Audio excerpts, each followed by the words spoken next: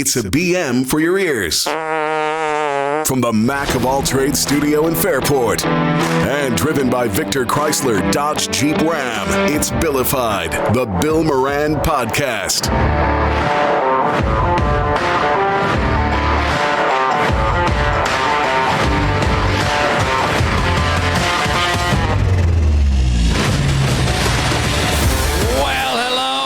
Thank you for getting your pot on. Thanks for telling a friend. That's how we spread the word about the pirate ship. That's right.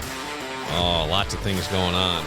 Danny's getting ready to head to Nashville. Yep. And Kevin's asking him to pick up a bottle opener from the stadium. How many different stadium, or different teams, I should say, bottle openers do you have from the NFL? I have 4 right now.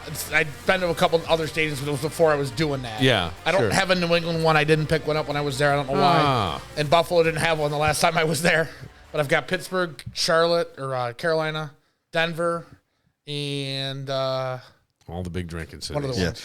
There's a Bills one where if you open it, you know you make me want to shout. There is? Yeah, there is. Yeah, it's a musical bottle opener. It's got the little button in between. I know exactly where it says, hey. It's got to be the most obnoxious. Oh, yeah. Like, it's just a cheap little way for me to remember that I went to the stadium because they're like $6 or $7. I mean, imagine you're watching the Bills and they're getting their asses kicked. And you're like, man, I got to have another drink. And though you know you make me want. I mean, it's like, shut up. I'm going to put that in my Bills, Connors, and Ferris koozie, too. Yeah. That's very funny. Well, since we're on the topic of football, I did see that Steffon Diggs had some pretty cool post-practice comments yesterday saying that there was never a problem. And he went after John Warrow. Yeah, and I was going to play the audio back. And it wasn't cool. Shit happened. Yeah. I don't even know what to say, but all is well. But here's what I would say: you're talking about. But he did say, "Look, I don't know how to make play calls. I have no idea how to make play calls." And I think that I go, boy, out of all the things he said, to me, that's the best. And the rest of it, you have to chalk up to these are highly competitive men in a violent sport. So what do you think is going to happen? But we look for anything, and I have referred to the NFL as a soap opera for men for years, right? I mean, because that's what it is. And we look for these things, and even anybody does nowadays. You're trying to get attention. Steffon Diggs, certainly attention-seeking.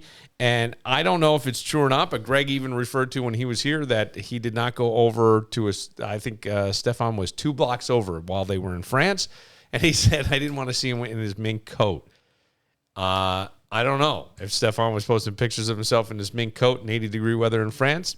Wouldn't be surprised, but, you know, I find that statement odd, though, that as a receiver that you don't know how to – I mean, you may not know the ins and outs of calling a play, but I feel like you could figure it out. I mean – you could. I think what he's Danny plays Madden. He can figure out how to call a play. I thought it was a really good answer because you're right. There are intricacies in the NFL that maybe you're seeing from a higher vantage point and all the film and all the time, and he's just studying probably who's going to cover him potentially and what routes he has to run. Right. I don't know. Right. I mean, it needed to be put to bed. He put it to bed. Put it to bed. But at the end of the day, yes, I'll say this. The honeymoon, which has been a long, long honeymoon with this team, is now over.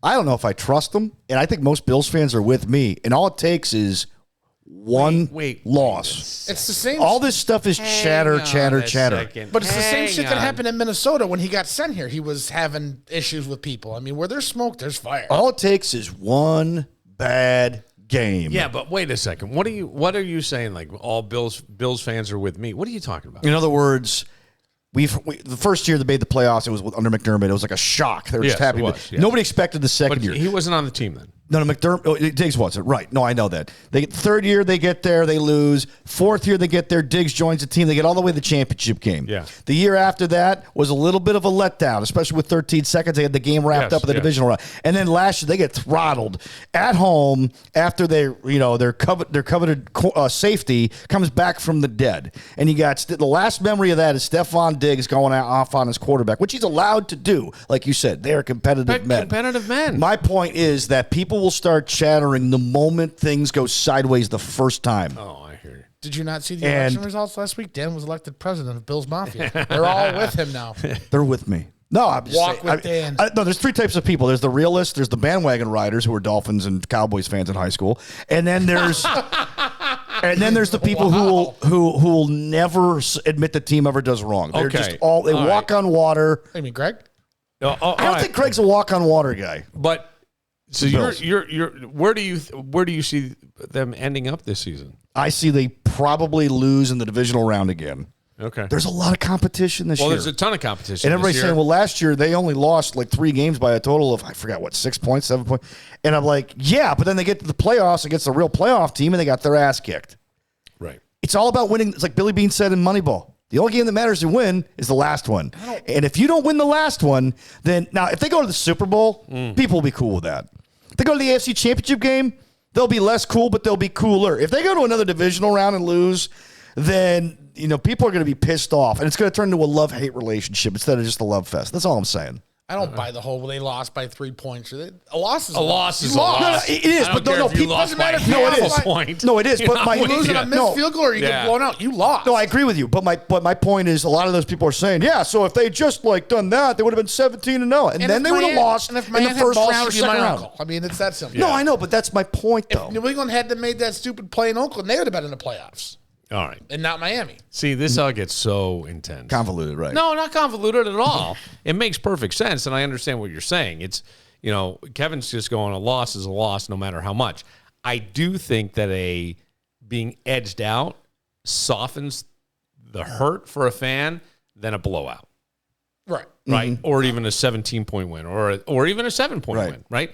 It just sort of softens it. If it's by a point, you go, well, our team was in there right to the end. I think 7-10 is that. You don't want to lose by a point on that you don't. field goal, but you don't want to get blown out by 30. I think that 7-10 buffers. I get that. 2 years ago, they lost because of stupidity. Last year, they lost because they just weren't focused. Now, switching gears a little bit, but staying in the NFL. All right. The Denver Broncos had Nathaniel Hackett, who at one point, under Doug Marrone, was the offensive coordinator of the Buffalo Bills. We interviewed him, and I'm like, how's a guy my age an offensive coordinator of an NFL franchise? He then, his current job is the offensive coordinator of the New York Jets. Right. But he was the head coach of the Denver Broncos, and I believe he only lasted 15 games. And Did he last that many? Yes. He likes Steffon He lasted Diggs, 15 games in his rookie season in Denver. And Sean Payton had some really, really damning things to say. And it makes me scratch my head because I go, usually there's a fraternity there among coaches, and there's no point in saying anything. We all saw the record. We all saw what abysmal that was last year, and we all kind of were waiting for Nathaniel Hackett to get fired around week 10. It took 5 weeks longer than we expected, or 5 games longer. So I don't know. But I really can't, and it almost, in a way, makes me want to root for Nathaniel Hackett that Sean Payton is coming out saying this. But he said everybody's got a little stink on their hands. It's not just Russell Wilson. It was a poor offensive line. It might have been one of the worst coaching jobs in the history of the NFL. That's how bad it was. It's kind of a dick thing to say. And, well, that's what I'm saying. And then he says there's so much dirt around that. There's 20 dirty hands for what was allowed, tolerated in the freaking training rooms, the meeting rooms, the offense. I don't know, Hackett. A lot of people had dirt on their hands. It wasn't just Russell. He did flip. He still has it. And so, in a way, I'm going, you're trying to defend your quarterback from a really bad season. To me, why even mention it? Why even say anything? Because... do you understand? Like, we've all had situations that we've either stepped into or had go bad for us. To get out there and start to blame it on somebody else or have someone defend it, look, man, I mean, hey, to me, that doesn't matter. All that matters is now. You get the Walmart money and you start talking all this shit. I have 2 theories on that. Number one, Sean Payton is trying to tell you that, hey, don't expect much this year, guys, because I got to really dig here, okay? But I can't blame my quarterback because he's all I got, and he's the reason I really took the job. I didn't see that. Okay. The second thing is... he's a former assistant of Bill Parcells. Now, he's won a Super Bowl. Yes, but he turned around a terrible franchise in New Orleans. He did. I mean, they were not a winning franchise. He did. And I'm not saying he's a guy who's only won one, but if you look at his record over the course of his career with Drew Brees, I think he's missed the playoffs almost as much as he's made it. Oh, by the way, he was also the only coach to get a full year suspension because another coach under his watch was offering bounties. Greg Williams. This is the last guy who should be talking. And oh, by the way, he comes back into the NFL and suddenly wants to shoot his mouth when he hasn't even coached a game in Denver yet. He said this BS that he hit a wall, referring to Russell Wilson. They couldn't get a play in. They were 29th in the league in pre-snap penalties on both sides of the ball. This is why I really feel like he was trying to defend the quarterback. Yeah. But in a way, he shit all over. Like, all the headlines are he ripped into Nathaniel Hackett. And he did. He did. And that's just where I go, there was no need to do that. no, I really don't think so. And it made me think, I go, boy, I hope more people feel the way I do, that you're almost rooting for Nathaniel Hackett, which I don't want to because he's in the AFC East with maybe the best quarterback in the league. I don't know, but certainly a guy who's been MVP multiple times. Aaron Rodgers, I don't like this. I don't like it either. Right. I mean, as I was alluding to with him being a former assistant of Parcells, the former assistants of Parcells and the former assistants of Belichick's, you ever notice that most of them have big mouths? They're like the little spoiled kid. My dad's got money. And that's what they are. And Peyton's another one, and he shouldn't be talking like this. And I thought he'd be a little bit more measured than that, but apparently he's not. So did I. He's not. You're Nate Hackett. Yeah. No. The season Hang on, Kevin. The season I need goes. to correct you. It's Nathaniel. His Because we parents? called him Nate, Yeah. and he corrected us. You're Nathaniel. He said, my dad told me I was named Nathaniel. I'll never forget it. After he got the Syracuse offensive coordinator's job, they didn't congratulate him. They sat him down and said, okay, your name is Nathaniel. Yes. Okay, because- you're Mr. Hackett. yes. Denver's season goes the same way it went last year. Yeah. Are you quietly sending Sean Payton a tweet saying, suck a dick? Look, no, I'm not. I would never publicly in any way put myself, because number one, I don't trust that he wouldn't put it out there. But I would never do that. I wouldn't. I would never wish anybody at any point anywhere. We've all gone through things. We've all had careers. Some things go sideways. Some things don't. I would never, ever, ever. Even after he's been a dick to you, you're not going to give him a little. No, Hey, how's it going? and I understand exactly what you're saying, because it would be nothing but fun, and it is that WWE style. Maybe I'm using a bad analogy, but it feels like it a little bit. That I would I think I would try to be the bigger man and go, you know what? It's tough out there. It's tough out there. As you can see, it's tough out there. So tough out there. I got one more win than you did last year. You know what I'm saying? Like, as you can see is what I would say. As you can see, it's tough out there. I wish him the best. And that would be it. Yeah. I wouldn't say shit. Your stock, if you're Nathaniel Hackett, you could use all the great stock. First of all, the great press you can. And you know how long that lasts you? About a week. Even your good or your bad comments are going to go the rest of the season. Your good comments last maybe a week, maybe midweek, right, and they're gone. But in the end, by the next season, nobody gives a shit. They may bring up your bad comments again, and why? For what? And what good does that do you? You're at some point you're going to be looking for a head coaching job, and there could be somebody on that Denver staff that has some power in a new place to hire you or not hire you, and they go, you know what? He's a bit of a dick. I don't want to deal with it. That's just my way of thinking. And you know what? It's only because I'm old. No, I'm not kidding. Because I totally, to your point, would be like, yeah, man, fuck you. I remember the old Moranimal. Yes, and I still have that in me, but there's something else that I'm tired now. No, I'm not tired. It's almost like I can go, hang on a second. Before I understand that, but here's the real thing. And in the end, nothing really matters. Right. You know what I mean? In life, nothing really matters. It's not like you're going to take your win-loss record to heaven. But you tell Dan, your offensive coordinator, and me, your defensive coordinator, fuck him. Yes, 100% I would. Yeah, if you're the Jets. Yes, I would go to you guys and go, I got to tell you, I got some real satisfaction out of the fact that they fucking shit the bed. Or at least I feel justified. I feel like, hey, you went and got somebody who you thought were so good. Was it just me, huh? Yeah. Was it just me, was it? It's funny that you say that, Kevin. Because there's more to that, but go ahead. Well, this is completely aside, nothing to do with football. Oh, okay. But I talk to an awful lot of people all the time. People have opinions, and I get them from very high up. I'm very flattered who reaches out to me, to be quite honest with you. And somebody said to me, one of the things that you need to consider doing is your teases are great. They're some of the best I've ever seen, those videos and stuff you do. But you need to put captions on there because a lot of people are watching at work, and they can't listen, but they will read it. And I said, oh. So I started doing captions within the program. That's the little thing in the corner with the picture? Or No, this would be like actual closed caption? Yeah, closed caption. Right, closed caption. So I'm going through and I go, first of all, I couldn't figure out how to do it consistently on every video today. Now you're offending the deaf, too. Jesus. And then it said, download vilified. And I go, well, no. So I had to go back in and retype vilified. Then I couldn't get it to correct it once, so I just deleted the whole fucking thing. Goddamn technology. But it's a great idea. And I appreciate people who, there are a lot of people who have been very, very, very cool on this this journey of vilified, for sure. A lot of people with a lot of power that really surprised me. But anyway. It's been fun. Less waves than I thought we're going to be on this pirate ship. Yeah. How do you feel about Saleh, the head coach of the Jets, on the flip side? So what His did he reaction? say? I sort of missed it. I heard parts of it. God damn it, don't bring it up unless you know. Oh, I'm sorry. I did see him commenting. Well, but I was busy, like, I don't know, something. His whole thing is, Getting high? No. dude, you literally even his guy.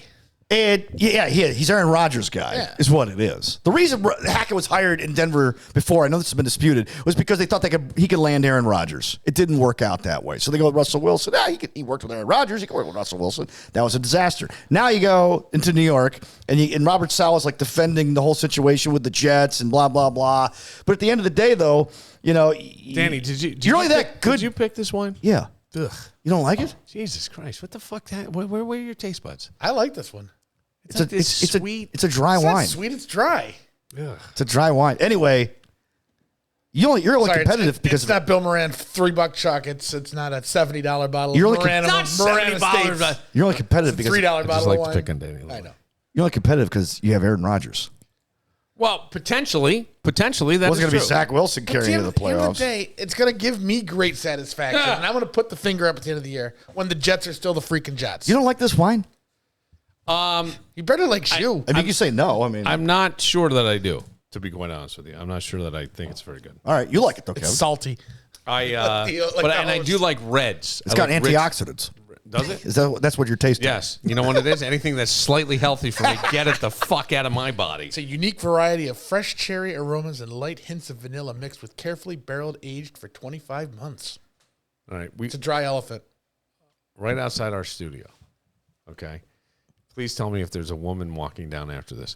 A gentleman walked by, and any guy knows this. He's going in to get Chinese food from the restaurant that's 2 doors down from our studio here in Fairport. And he stopped, paused, turned, but not completely around, said something over his shoulder, and kept walking. And I go, it has to be a woman on the other end of the receiving end of whatever you're saying, but nobody's walked down. I haven't seen anybody. Yeah. We're waiting for that girl to walk by with the I itty just bitty wait. thing. Comedy at the Carlson welcomes Christopher Reed, formerly known as Kid, from the rap duo Kid and Play. With Christopher Martin, he will be there this weekend. Here is Christopher Reed. Biracial's the shit right now. Because you got the best of both worlds. Because you're black, but you're white. I love watermelon. But I'll only eat it if it's organically grown. I have an enormous penis. And it's circumcised. You're black, but you're white. I smoke tons of weed, but I have a prescription. I think that's very funny. Christopher Reed, he'll be at Comedy at the Carlson Friday and Saturday, and right through Sunday, right the entire weekend. Comedy at the Carlson, you can find out more at carlsoncomedy.com.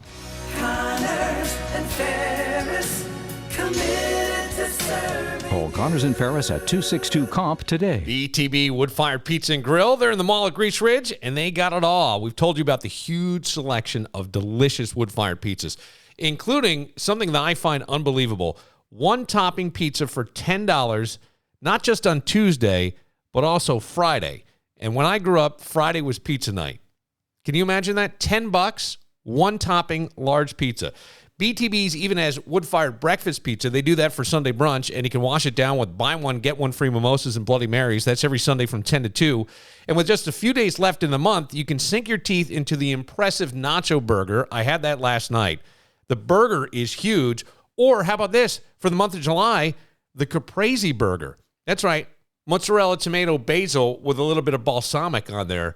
And the burger is huge and delicious. And with training camp back this week, football's on the brain. I want you to remember, BTB's has over 50 TVs. So there's not a bad seat in the house. And, of course, they have the usuals like Taco Tuesdays, $8 burger every Wednesday, huge selection of delicious beers every night of the week. BTB, wood-fired pizza and grill in the mall at Grease Ridge. Mack of All Trades. The name says it all. 585-202-9218 and mackofalltrades.net. Victor Chrysler Dodge Jeep Ram. If you need some new wheels, go see my friends out there.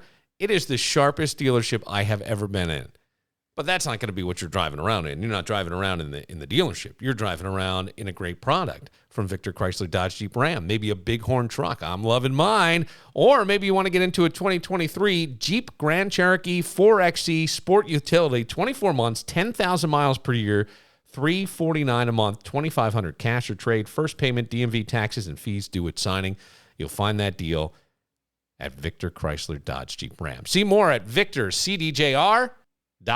Leave Billified a voicemail anytime on the Victor Chrysler Dodge Jeep Ram line at 585-206-8866. Billy, Unfiltered and Average episode 4 is fucking gold.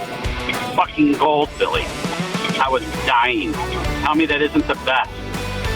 Keep it up, man. Looking forward to what's next. And be sure to like and subscribe to Billified wherever you get your podcast. Well, we'll be taping another Unfiltered and Average, I think Sunday before we do Billified, and then I've asked the girls to stick around that they can be part of Billified. Oh, cool. Yeah, they have a little, they bring some energy, and they're, what I like about this show is that Stephanie is Stephanie, and we all know who Stephanie is, right? We've had her on Billified. And Katie is a little more demure, I think is the term, and tries to, and does, and I don't want to use the term naive, but isn't as aware of certain things as Stephanie was. And I put together some stuff today that I sent them, and I go, listen, you guys can put this out on your socials if you want it, but some videos that are just very, very funny. And Stephanie really can step up. But somebody did text in at 585-206-8866. Ha, Katie. Oh, this has nothing to do with that. I saw the name Katie, and I assumed it was Unfiltered and Average. Katie Ashley, who we talked about last night and has been a topic since Monday, really, on this podcast. Somebody texted in. This is fantastic. Katie Ashley's Facebook photo is a porn star. D. Williams, we told you this yesterday. Person puts in parentheses, don't ask how I know this. My uncle has been talking to this lady. That's probably from some third world country. Did I spit on you? You did. This third world country, and uses Lena Paul's photo, also a porn star, and he still seems to believe she's real. No talking sense into him. Also, I wouldn't be surprised if Mark is still texting Katie Ashley. I wouldn't actually either at all. The funny thing is, when I Googled D. Williams last night, not only did she come up, but there was a lot of Billy D. Williams that came up with that. Was there really? Yes. I'm sure, yeah. Another text at 585-206-8866. Bill, I've been putting some thought into the Uncle Jesse BS. Danny? Go on. There is one guy who I can't believe no one brought up and was like the coolest dude back then and is still rocking it today. Can anybody think of this person? Guess they're not bad. Not a bad pick here. Got a hint? Henry Winkler? Walker, Texas Ranger. Oh, Chuck Norris? Chuck Norris from 1993 to 2001. Now, we did say 1989, right? And if he was on there from 1993. But yes, Walker. I never watched one episode of that show. I had a buddy whose stepdad would watch it every Saturday night. I go to pick him up. I have to wait for him because it took him forever to get ready. And we'd watch Walker, Texas Ranger. Then they made a spin-off of it. They did? Called Sons of Thunder. And it was like his former employees. How bad is that? It was pretty bad. Yeah. Somebody wrote, Mark the jerk has a girlfriend. Yuck. I don't know what that means. And then somebody else wrote, Plum Crazy Dave is in Yellowstone right now. That's Plum Crazy Brenda, who we met out at Victor Chrysler Dodge Jeep Ram. Yeah. There you go. Always I think the Mark one was they're trying to understand how Soldier has a girlfriend. Oh, which I think we are still trying to wrap our heads around that as well. Have you ever had a moment where you wake up in the morning and you're depending on something to happen that day, and it's usually of a financial consequence, and it doesn't? Yes. Yeah. Yeah, that's happened. And a lot of times, majority of people work for somebody else. They're dependent on, right? I give my time and my services in exchange for money. And if you work for yourself, you're fucking chasing money all the time or trying to figure out ways to keep the money flow in. Trying to get a gift card. Or trying to get a gift card. The city employees did not get paid this morning, and I'm sure it was just a glitch somewhere along the line. No, I think it was just fire. Fire and police. Yeah, well, I'm saying everybody else got paid. Yeah, but could it be a glitch though along the way? Like on a budget union negotiations? I don't know because But here's the thing: a lot of people have bills that come out automatically. So now you're at risk. You're expecting that, and usually if you're living paycheck to paycheck. Well, yeah. A lot of times the money comes in at midnight, or even if you're not living paycheck to paycheck, but potentially yes. Let's say you got a car payment, and that comes out of your bank account automatically, and maybe your RG&E and something else, and it all gets paid in the next couple of days after you've been paid. Now you don't have the money there, and you don't know that it's going to be there, and there is the potential that you're either dipping into money you don't want to, or you're overdrawing, which is, and it's not your fault exactly. Right. It's right. Your employers. I mean, like, that is rule number one owning a business. You cannot F with people's pay. Period. You have to get that money out there. You just have to. I mean, well, they're depending on you. They in good faith. Yes. Much. But I know that I think this has happened to me more than once. More than once. Really? Yeah. Where you didn't get paid? I had check bounces when I had checks that bounced when I did landscaping, but that was a million years ago, and I didn't have a family. I was like 19 years old, so no one gave a shit. And I thought at some point in radio, like, money didn't go through. It didn't get cleared for the day, like they were late or they were going to catch up with the next paycheck, or money expected to be there wasn't there, that kind of thing. And so I can understand that. I mean, that would be infuriating. And at the same time, I don't think the mayor of whatever city, this could happen anywhere, but it happened in Rochester. I don't think Mayor Malik Evans has anything to do with the actual paying of these guys, but at 6 a.m., who gets the call? He's getting the call. I go, could there be a job that sucks more than mayor, governor, president? I can't imagine it. Town supervisor. They all suck. You cannot tell me otherwise. They all suck, because this is the kind of shit that resonates, and people, rightfully so, bitching. And if you're going to be a good person and a good leader, you've got to listen. And you've got to stop when so-and-so goes, man, my baby needed diapers, and I couldn't, you know what I'm saying? Or we you have to stand there and... It's not your fault, but you're the face of the organization. Yeah, you have to stand there and take it for the team. Yeah. It's hard, man. Yeah. It sucks. You're right. It's like when Steffon Diggs drops 3 passes that Josh Allen hits him in the numbers. It's not Josh Allen's fault. It's Steph's fault, but Josh is up there saying... The faces of responsibility. I didn't play the wind. Oh, the faces of responsibility. That's pretty good. Pastors go through this too.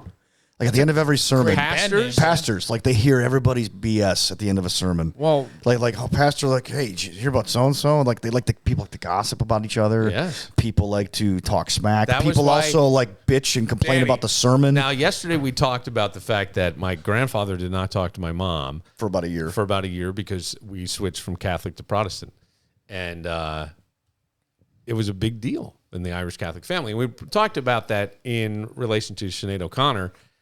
And the passing of her. I will not elaborate more, but I have my thoughts on how that may have happened. And she tearing up the picture of the Pope, and how that really, like, there was a segment of the world that just rattled, right? But I remember going to church as a kid, and man, I used to absolutely fucking love when they would have prayer requests. And I would wait for this woman every Sunday. Every week. Every Sunday. Lord Jesus. You ready for her name? Yeah. Ricky Tree. And when Ricky Tree, does that not the most redneck name? And her husband, Daryl. Okay. And she would put up her hand. And he had a brother named Daryl. And she and another brother named Daryl. She needed to pray. And it was like, you couldn't help, like, I'm stifling laughter about. And it took about 10 minutes. Oh, she was telling me about every single thing. And Daryl's got a bad back, and we're praying for the cyst that's there too. That it's, like that. And then was Mrs. Tree a thick woman? Yes.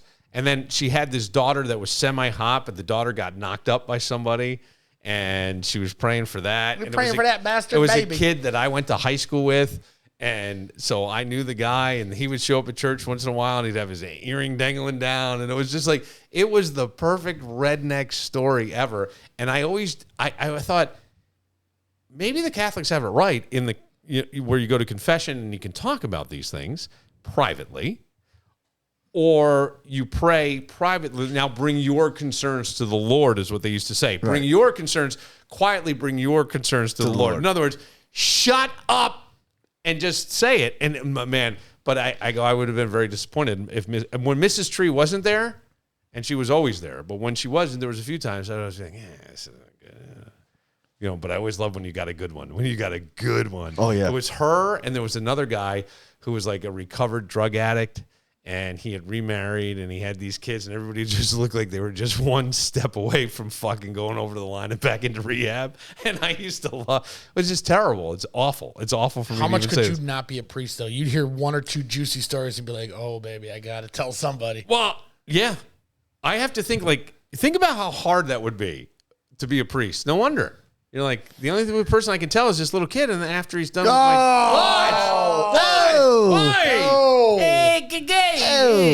I don't know, Kevin. That's a good question. But I used to go to this church on the west side, and they would tell everybody, they have so many pastors, like several pastors, right? So the one pastor goes at the announcements, and finally, after church is over, please do not bother Pastor so-and-so. Why? With your mini crises. Mini crises? In other words, people would start coming up to him and asking for counseling at the end of the... But they said that out loud? Oh, yeah. Yeah, because it was happening so often. He's got shit to do. He's got tickets to the Bills game. He's got to get there. Yeah, the Bills are on at 1. We got to go. There was another time where, so they have this men's conference, so I show up. And everybody... They let you in? They started with a prayer meeting. They started with a prayer meeting. The fact that they had a men's conference and I showed up. As a boy. So anyway. As a transgendered man, I belong. Okay, go on. To show up. And everybody takes a knee because that's how you start a prayer meeting. Prayer meetings can be really effective. Huddle up, boys. But this one guy starts going on and he goes, Lord, I just want to thank you for everything. And we got several prayer requests, but I don't want to mention them because people here will probably gossip. So I'm not going to say who they are, but Lord, you know who they are. And I'm just letting everybody know they need to pray for these anonymous people who I'm praying about, but not talk garbage about these people. Now everybody's going. Everybody's looking around. Who is it? Yeah. Is it you? Is it you? Yeah.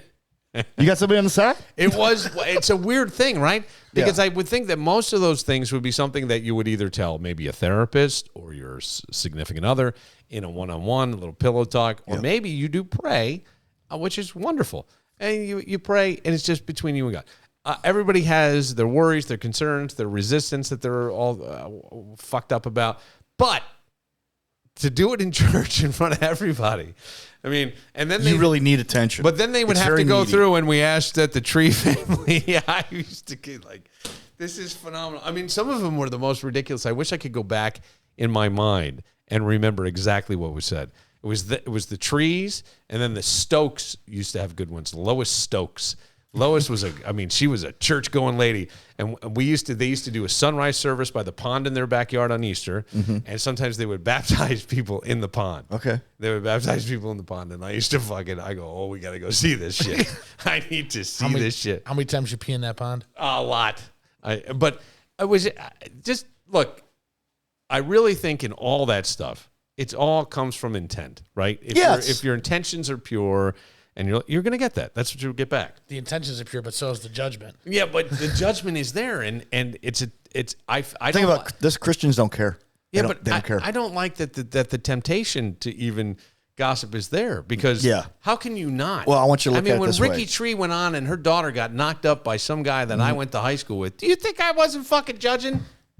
Yeah. Actually, I wasn't, because I used to look at these other two girls who were prim and proper, and they went to the school that was associated with the church. And my father and I used to refer to them as the gray ladies because they were like the most boring, like they were my age, but they were boring. And they you could tell, like almost when they would hear something like that. And I'm like, good, Go get it, Dawntree. Tear it up. Did you say you don't judge? Because I've been to a bar with you. You are exactly like me. We judge the shit out of people. I judge. I always say I judge because I'm an animal and I'm trying to protect myself. I judge. I need to know whether to run. I need to fight or flight. I will say this. I will remind everybody that churches really are hospitals for sinners. It's like going to rehab. In fact, I wish they'd rename it rehab instead of church, because once you're an alcoholic, you're always an alcoholic. You're a recovering alcoholic, but you're still an alcoholic. When you're a sinner, stop fucking judging. What are you trying to say? You're fucking judgmental. You got to bring your judging. When you're a sinner, you're going to be a sinner for the rest of your life. Yeah. But at least you acknowledge that and you give it to Jesus. That's number one. Number two, we had so many prayer requests in church one time that we filled up an entire blackboard. So pastor goes, "Hey, Lord, we're just going to ask you to look at the board tonight." It was like a Wednesday night. We're just going to ask you to look at the board. We got a lot of suffering going on. No, here, I always think like, Danny. Do I get too deep? Here comes the judgment. No. Yes. Yeah, go ahead. No, but it comes to like, we're all sinners. I always figured this way, and I mean this sincerely, is that you never get it wrong. And that this guilt of what I did and what happened and this and that, and we live in this. And so then we put these things upon ourselves where you have tremendous guilt and you feel bad, and I'm such an awful person. I shouldn't. Well, I always kind of have gotten to a point in my life where I go, I'm not sure that that's exactly right. I think that we never get it wrong, but we never get whatever we're trying to do done. Because if you did, it would be over, right? So you're always trying to get more. And this idea of punishing ourselves and we're bad and we got to sacrifice and we got to, it to me is a flawed premise in my mind. Today. Yeah, you know something? It's not biblical. I don't know. It's not. It's like you're not supposed to live in guilt and shame. But we do that. Take away the Bible and shit. You know, one of the things that I have really caught myself doing, and I don't know if it's a learned trait or an inherent trait, and I really don't, but a passive aggressiveness. Have you ever caught yourself, or have you ever had someone be passive aggressive to you? Yeah. They take like a subtle shot, like it's a little bit of a, everything's cool, but then there's that, as they pass by, they punch you in my the neighbor. kidney. Hey, is the mower working? Yes. Don't we do that to him about 3 times a night? Well, but that's done more, I think, in a at least Tommy Muley was direct. I think in a more brotherly way, I like to think. But what I'm saying is that I have seen myself, and I started to go, there's a great thing, and it's funny because we had a conversation about this before we turned on the mics tonight, as to a man, what a man is. You want to know what a man is? Man isn't passive-aggressive. A man, that's a pussy. That's somebody who's not confident in themselves and isn't strong.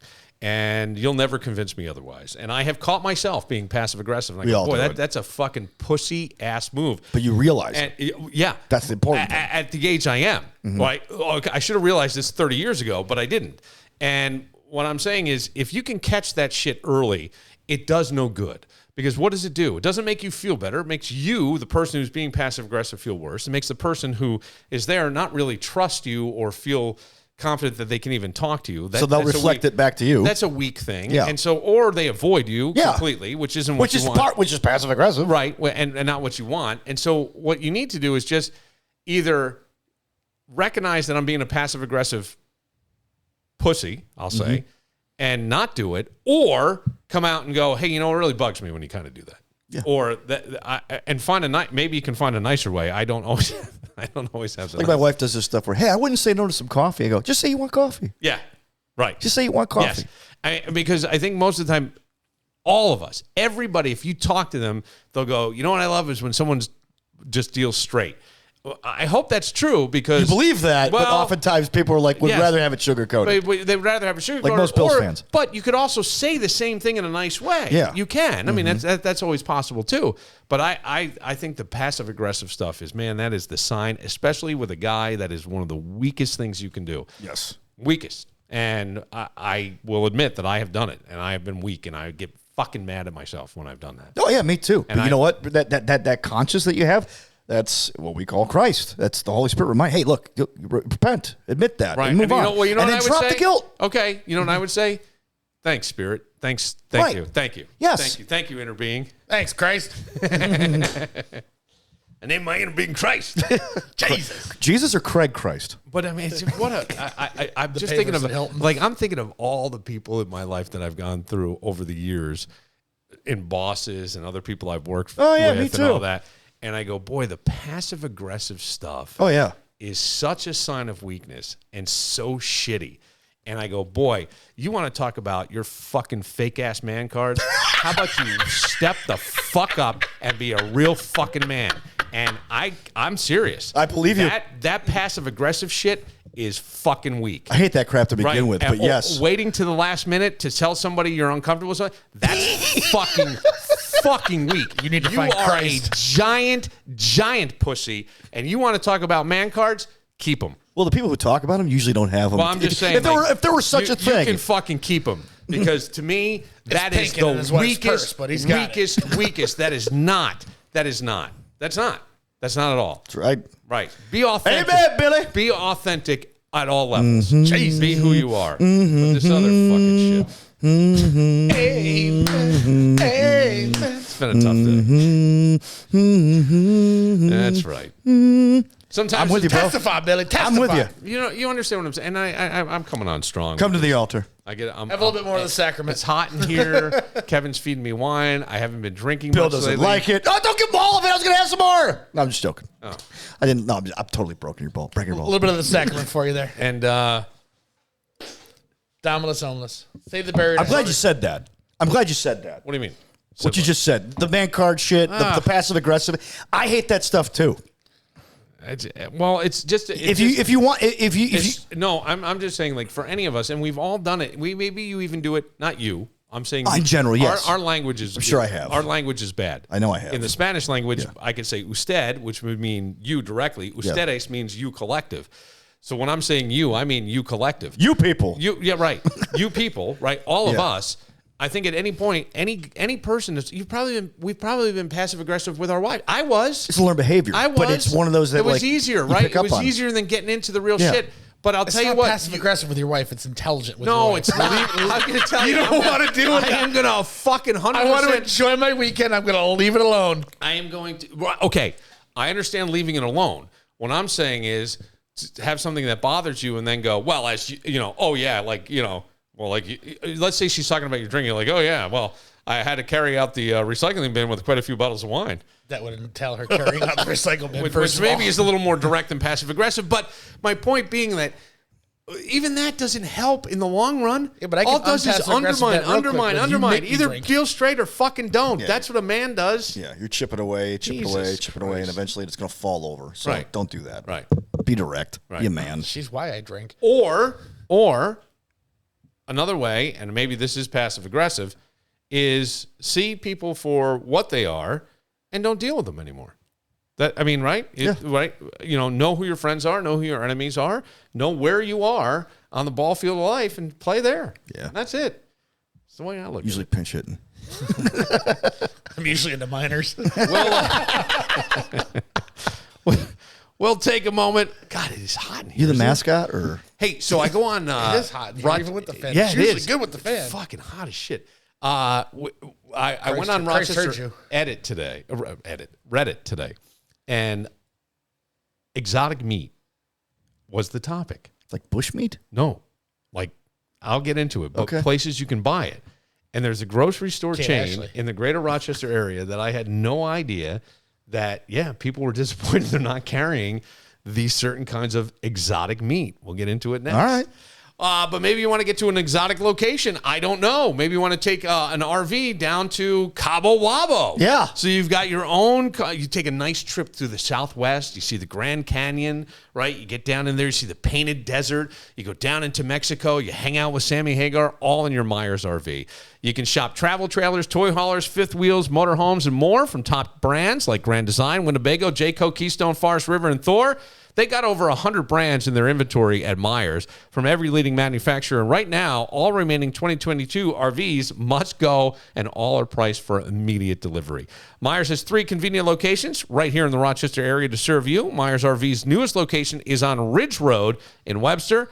They've got their original location in Caledonia. That one's just 10 minutes off exit 10 and 3 on 390, and Myers RV in Farmington, just east of the village of Victor on Route 96. And you can always learn more at MyersRVs.com. Leo's Bakery and Deli. And cafe. So sweet, so sweet. East Rochester. Cirque and Cirque, because sometimes you end up in a sticky situation. You were having a lot of fun, and the next thing you know, you've got a DWI arrest. Or maybe you've been accused of a crime you didn't knowingly commit. Boy, talk about feeling uncertain and frightened. All the panic that sets in. The first thing you got to think is, how do you defend your rights and your personal freedoms? I'm going to tell you how. You don't. You pick up your phone and you call Cirque and Cirque. The number is 585-385-2510, regardless of the nature of your case. Having skilled, knowledgeable legal representation on your side is probably the most important thing you can do.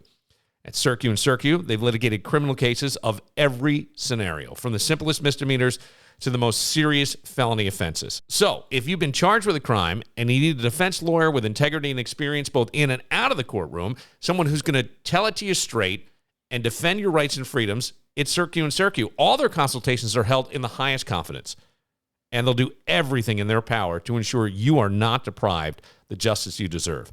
They're located in Pittsburgh. They serve the entire Rochester area as well as Western New York and beyond, and you can reach them at 585-385-2510 or by email through their secure contact page at circulaw.com.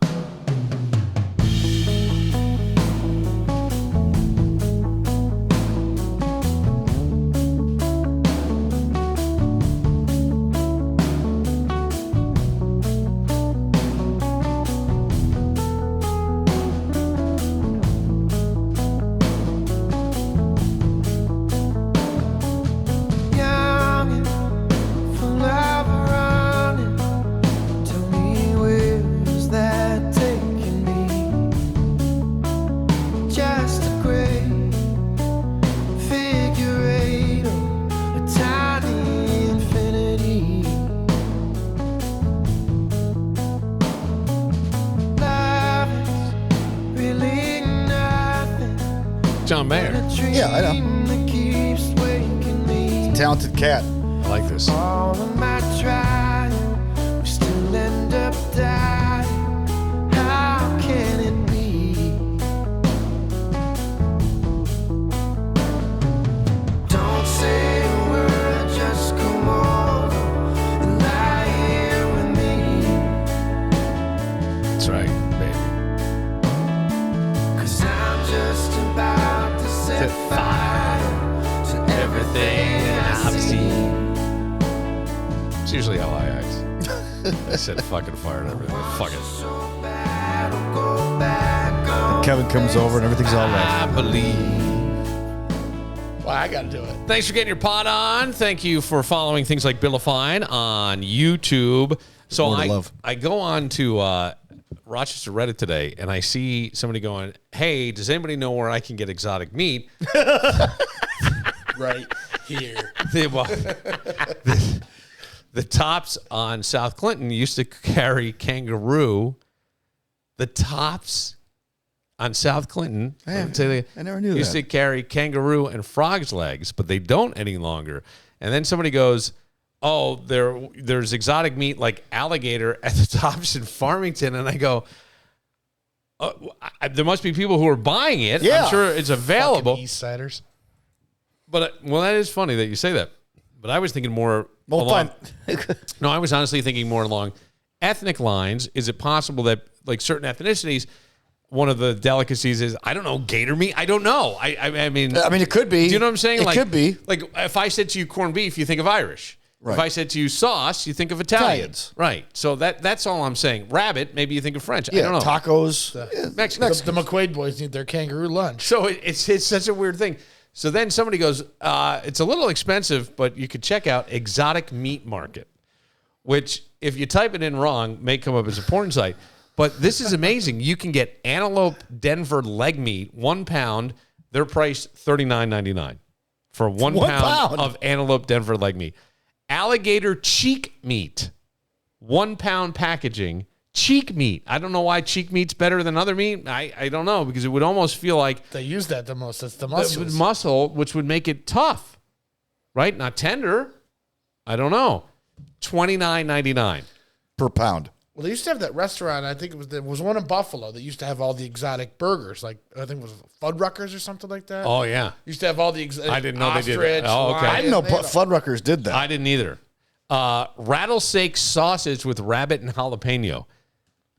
16 ounces, 1 pound, $39.99. Are they mixing the rabbit in? I Or is guess the, or they did, must or be did just- the snake eat the rabbit and then they're going maybe that.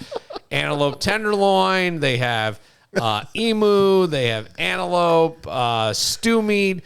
They have. Can you imagine if this were like a Red Lobster? Yes. There's a zoo attached to a restaurant. Oh my hey, God! You know what? That one. No, wait. Jimmy Schubert always had a What did bit. Jimmy Schubert always had a bit about going to a fish restaurant. Okay. Like a restaurant that sells seafood, a seafood restaurant. And you walk in and they have that big tank in the front. Yeah. And he goes, it's like death row. They're just waiting. Yeah, right. You know what I mean? They have eel that you can buy. They even have wild boar. How about iguana meat? Ugh. Yeah. Beaver stew meat. Do they have golden doodle on here? No, but they have beaver stew meat for a pound. It's $49.99. Unless you get the Lyle Avenue beaver stew meat. It's a little cheaper. That's $15.99 a pound. Plus a blowjob. Don't forget to turn in your receipt. But it's and you might get punched by a pin. How about alligator red meat, 5 pounds, $99.99. Now, I'll ask you this. Have you ever eaten something and then found out what it was? No. No. Ever have that done to you? Like, then you found out. Yeah, my wife has done that to me because she knows there's things I don't like. Right. She'll put it in there. But it's usually and I'm like, traditional. oh, that's good. She's like, well, it's got this. No, you motherfucker. It's usually traditional things, though. But if I said to you all of a sudden, I bring you over and you go, man, that is one hell of a stew. And I go, oh, beaver. We had a guy who we used to work with Iguana. who slid a roast beef through his ass cheeks and then served it up to a dude, sold it, and the guy came back and said, The best meat I've ever best had. meat I've ever had. He went out of his way to compliment them. I forgot. And if he'd only known that forgot. meat was between one Tom Mulet's cheeks. I gotta Talk about ask, cheek meat. I gotta ask Carm because I know when we were in Lake Placid, we were looking at one of the stores. There was like a beef jerky store. Yeah. And I think I bought him alligator and camel jerky. Okay, I think don't they know have if you ever camel ate it. meat here. Now, I've eaten camel toe of a different kind. Hey! But what is the weirdest thing you've ever eaten? Would you eat alligator? I have. I would try it. I would How about try it. ostrich? Have you tried ostrich? I've never tried ostrich. I've tried ostrich. I've tried alligator. Not iguana. I don't know if there's anything I wouldn't necessarily eat. I mean, dog. Yeah. And I know in certain parts of the world I couldn't do that. Somebody's buddy. You don't want to eat somebody's buddy, No. right? No. It's almost Dahmerish. I only eat my buddy. Oh. Elk burgers. I would eat elk. Yeah, I'd try elk. Moose. Okay. Antelope, I'm a little like, I've heard It's a stories little about antelope. Gamey. Like, there's stories where if you eat too much antelope, you could, like, get rabbit or something, or... They did a whole Family Guy about it. Too much antelope, and they're all, like, That's where foaming I at get the all my, mouth. that's where I get all my medical that's advice just- from Family Guy. I was just thinking the same thing. That in South Park. Yeah, but I've known people who wouldn't eat certain things, and then all of a sudden they go, "Oh man, this stew's great, venison." You know, they don't want to eat Bambi, and that's the bad thing. But apparently, there's a whole exotic market, and I think the Pittsford Wegmans, out of all the Wegmans, sells some exotic meat. The Pittsford Wegmans. Yes, the Pittsford Wegmans. I can understand that. They're the people who can afford it the most. We'll have alligator tonight. Why? Would you like the tail or the cheek? The cheek meat. We'll save the midsection for a pair of boots. Benson? Pork sausage, British bangers, 8 links. Do they have the Rocky Mountain oysters? That's always a big No, one but everybody that's a talks weird about. thing, and I only saw that in some Chevy Chase movie where he was setting the world record, and then it turns out that he's eating testicles. Yeah. Like bull testicles or Yeah, something. bull testicles. Yeah. I had no idea. No, I've never seen that. And I wonder if it is a delicacy. Look, I remember it was mostly Eastern European people, but they would come in and they would ask for head cheese. Head cheese is like the inside of the skull that they scrape out. They get it into chunks, and then they put it in a gelatin. They put it all together, and then you would slice it like a cold cut. And it was called head cheese. It was literally called head cheese. My grandmother used to make a soup with it. Skull of what, though? I would think that it was pig, but I don't know. Oh, like okay. they scrape the inside of the skull of the pig or the it's cow, got good maybe. flavor. It's got a bacony it's like flavor. some type of soul now, food. That you've had it in a different form. This was in a gelatin though. Oh, I know. Well, to it make comes it like it does in you that slice too. it, and then you cut it. You chop it up, put it in the soup. Ah. Well, Yeah. well, same thing with tripe, Italian. Like it's I can't eat that. It's the intestines of a cow. I've tried that. That is some of the nastiest tasting shit ever. I like tripe. Chitlins. You got to have it with the right sauce.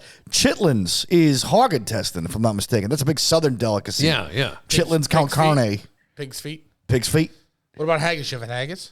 No, I don't think I have. I haven't either. Scottish. Yeah, I know it's Scottish. Cow intestine smashed inside of something else.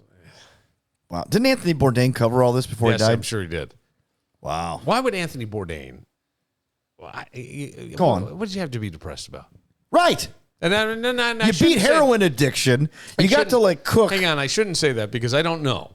And that's a terrible way, and I don't mean to be dismissive of anybody who is dealing with depression. Mental illness and depression. But when you look at things like, of all the people on the planet who would not seem to have anything that we could look at tangibly and say, why, I get it. This is the one, you traveled the world. You could say that about anybody. You could say that about Robin Williams. Who would have ever thought? I always thought Robin Williams was more the fact that he knew his body was going to decline into Lewy body disease. Yeah, that's what he had. That's what I thought. But I've heard many people go on about, Weak and The Way Out. I think I even heard your boy Tony Robbins say that about Robin Williams. Oh, no kidding. In a indirect but direct way, like, Tony, I wish I could have got to him, but I think took his man card. You didn't want to see your loved ones have to go through you deteriorating and not being in control of your own body. It's your quality of life. I'm a big believer as I've gotten older in euthanasia, in that, you get to choose. It shouldn't be against the law, because for so many people, if your quality of life is gone or you're incapacitated and it becomes a burden on your loved ones, and that's not how you want to be remembered. You want to be remembered as the robust person who was able to do things and enjoy time with. It's still hard to picture my father not being in a hospital bed, and it's been 16 years. Right. It's still like he was like a you should have vibrant taken him out dude. in the field and shot him when you found out. I do want to take one shit in my pants though before I go. Make my kids clean it. Make my kids clean it. No. Hi, Kevin. God. How many diapers did you change? It's only fair. I don't care. Circle of life. Somebody changed mine and somebody changed yours. You're not going to let your boys, you don't want your boys to come change your Pampers someday. No, but come on. No. Pay it forward, Kevin. Man, I remember once, though, one of the boys, man, they shit all the way back to their hairline in the back of their head and went straight up. I don't know what they ate, these poor kids. It was like, it was in a lot of pain. All of a sudden, Was it tripe? I don't know. It was like those are the worst. When you can hear it from across the house. You're not in the same room, but you hear it and you're like, oh, that's just not good. Terrible. Wow. Terrible. But exotic meat, maybe you want to get some, you can check it out, theexoticmeatmarket.com. Be careful what you type, because you never know what's going to pop up there. Oh, yeah. Pop? Yeah. That's the operative word. Iron Smoke, one of the coolest places in the world, is Fairport, New York. And inside of Fairport, the village, you will find Iron Smoke Distillery. They make handcrafted spirits with locally sourced grains, which I think is fantastic, helping out local farmers. And whether you're a whiskey connoisseur or maybe you're just starting out, Iron Smoke Distillery has something special for you. And they've got some great live music going on as well inside. You can check it out at ironsmokedistillery.com. Go to their calendar, and you'll find out that tonight, Steve Bartolotta is back. He played Thursday night with his All-Star Jam, coming back to do the Acoustic Sunset Sessions beginning at 5. At 8:30, it's the Misfit Toys taking the stage. And then on Saturday, it's the Fab Gear concert, which begins at 4 o'clock and goes to about 11 or 11:30. Cool. Over there at Iron Smoke Distillery. Unleash your taste for greatness at the Iron Smoke Distillery in Fairport, New York, baby. For the hottest kicks in town, you gotta get to the Plug 585. Rochester's elite sneaker and apparel resale shop. Located inside of the Eastview Mall, where high-end fashion meets unique clothing brands for the vibe you're looking for. Toronto Dental. I'm a patient there, and it's the best dental care I've ever received. I was out over the weekend, and I saw somebody smiling, and they wouldn't show their teeth.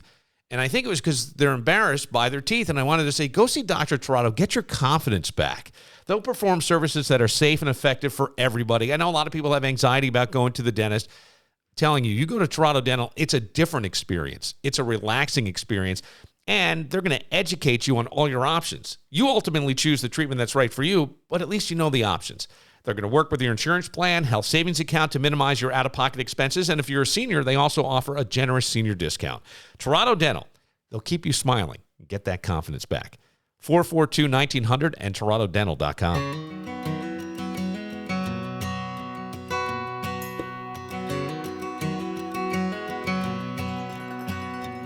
It'd be just another river town streets would have a different sound. There'd be no honky-tonks with whiskey rounds. No dreamers chasing dreams down. No tourists taking in the sights. No Stetsons under Broadway lights. Come on, Danny, this is for you. No pickers playing for pocket change. No rhinestone boots on an old church stage. Hey, blue eyes, crying in the rain. Hey, fire, burning round the ring. Hey, crazy, you know it's true that Nashville wouldn't be Nashville without you.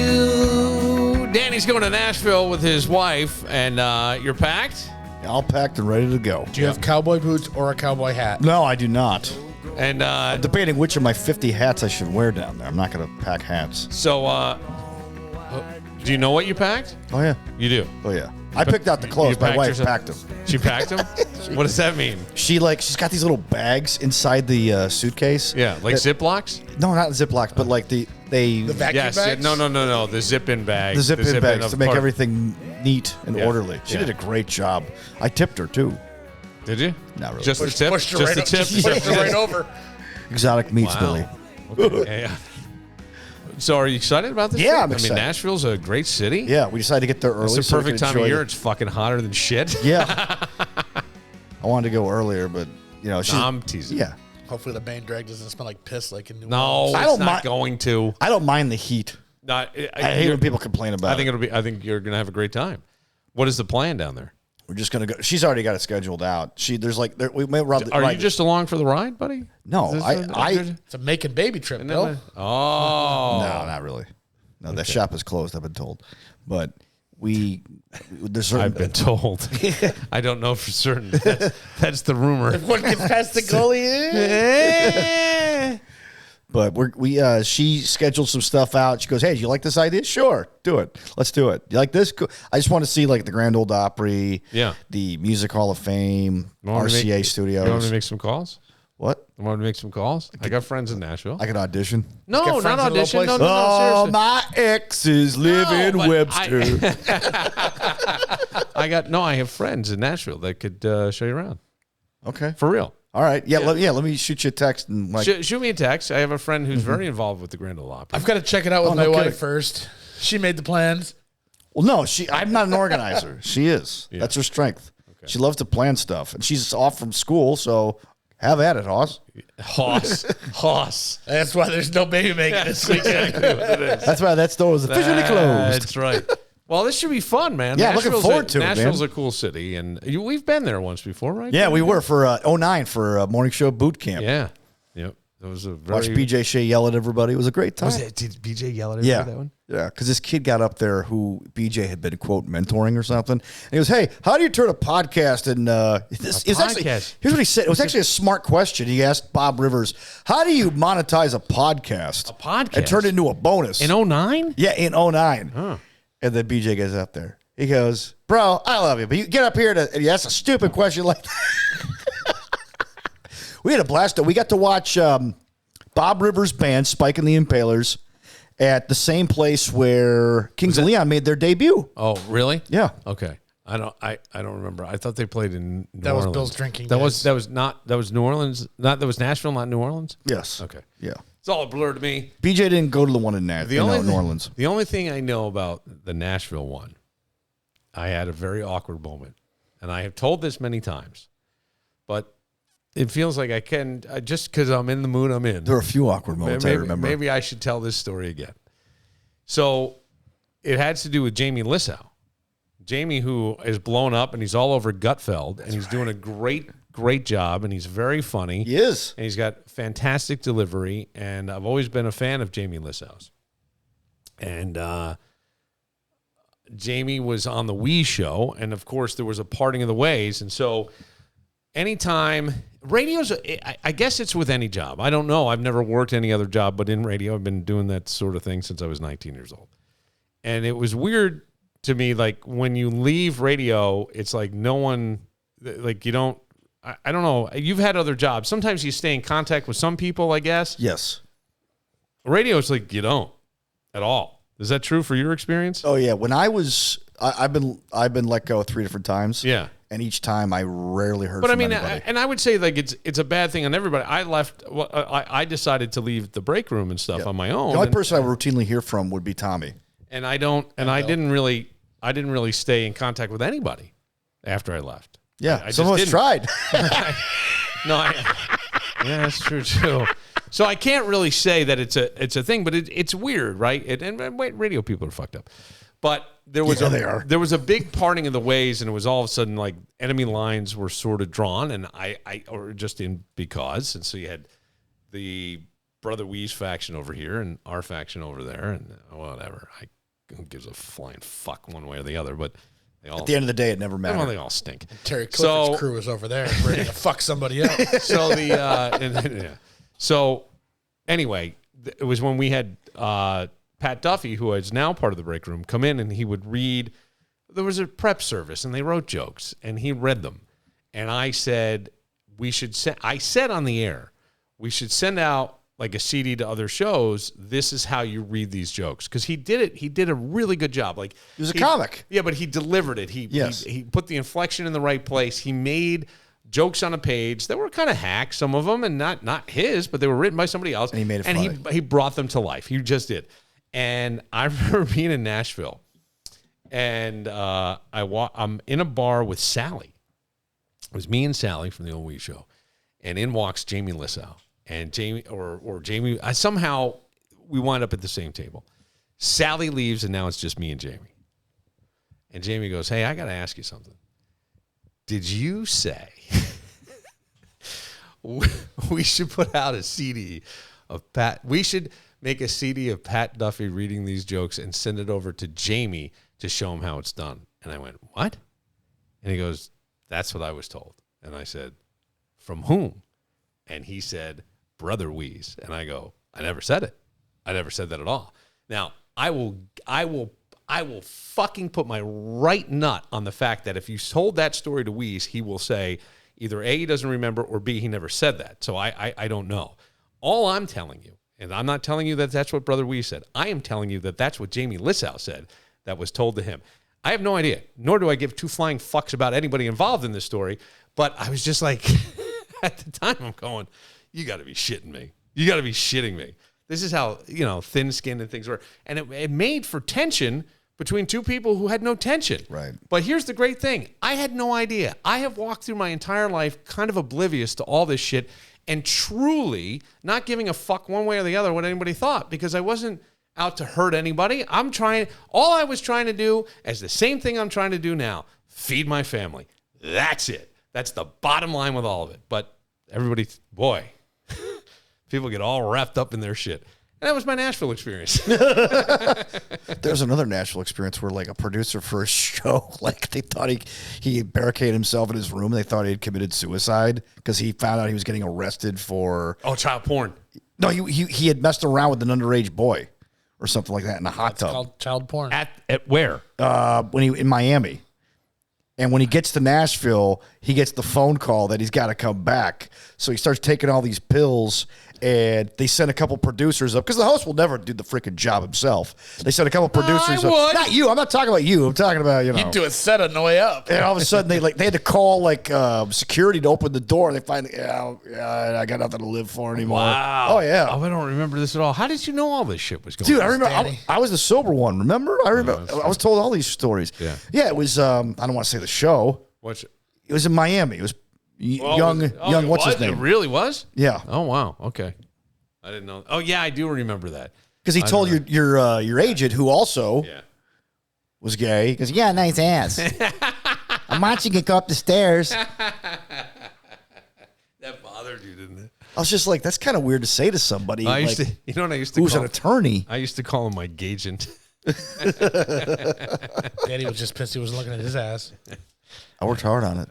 Yes, you did. By the way, like when we went to that trip to Nashville, Billy, there was this convention, like a beauty pageant convention or something going on. Oh God, there was. And people were making the comic who came out. He goes, "Yeah, nothing like sticking a bunch of dick radio guys in the same hotel with a bunch of 13-year-old girls doing a beauty pageant."